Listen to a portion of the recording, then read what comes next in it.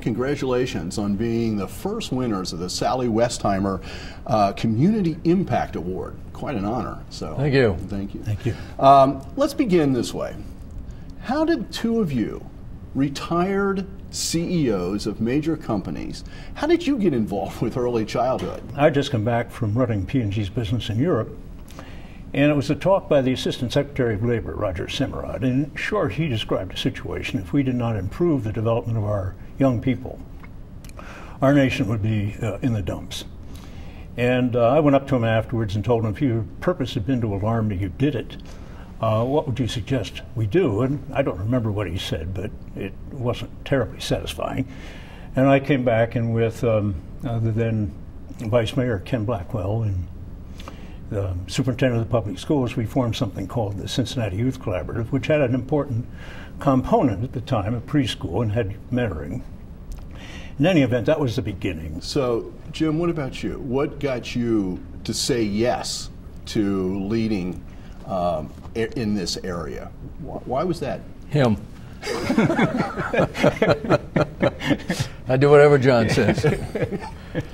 I'm a newbie by John's standards, and frankly did not get it by natural process. But like a lot of leaders after the civil unrest in 2001, we kind of split up the important topics in town. Education was one of the long-term ones, and as I look back, fortunately, early childhood education was the one that I was asked to become involved in. And I literally knew nothing about this, but was asked to and did form a task force to do those logical things that business people would do with a problem, which is, what is the problem? What's the dimension on the problem? What are the solutions for the problem? How do you take them to scale? This is the most important long-term subject in our community. I think most people right from the beginning understood this was important, but not everyone. There were questions that came up about a fade-out effect. Powerful for the first few years, but what about the third grade? And of course that factor got back right to the quality, something that 4Cs is so focused on. If this isn't quality preschool, I won't say it's not worth doing, but it's not much worth doing. I think there has been the revealing fact about the financial payout of this. That you do this now, and it truly is an investment. This is not a cost. It comes back many-fold. The facts are, unlike a lot of problems, we know what to do. Home visitation and quality daycare are the two broadly stated strategies that clearly do work.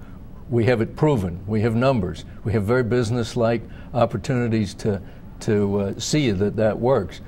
The problem is taking that to scale. There's been very good United Way work to fund this more.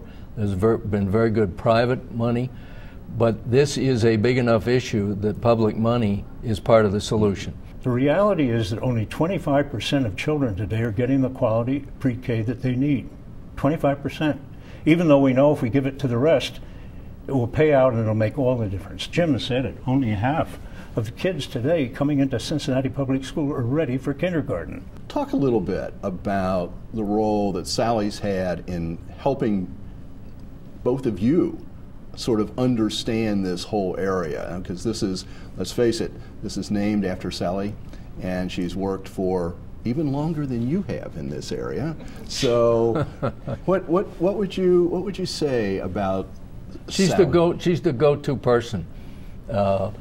And has been for me the whole time.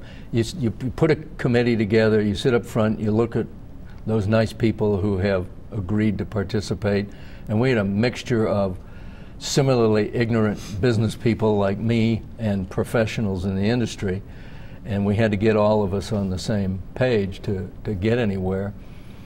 But I do not exaggerate at all when I say by the end of the first meeting, everybody looked at Sallie when you really had we got to have the facts here. Sallie to me was kind of the mind and the heart and the soul of the whole effort to help all our children. She kind of just stood from it.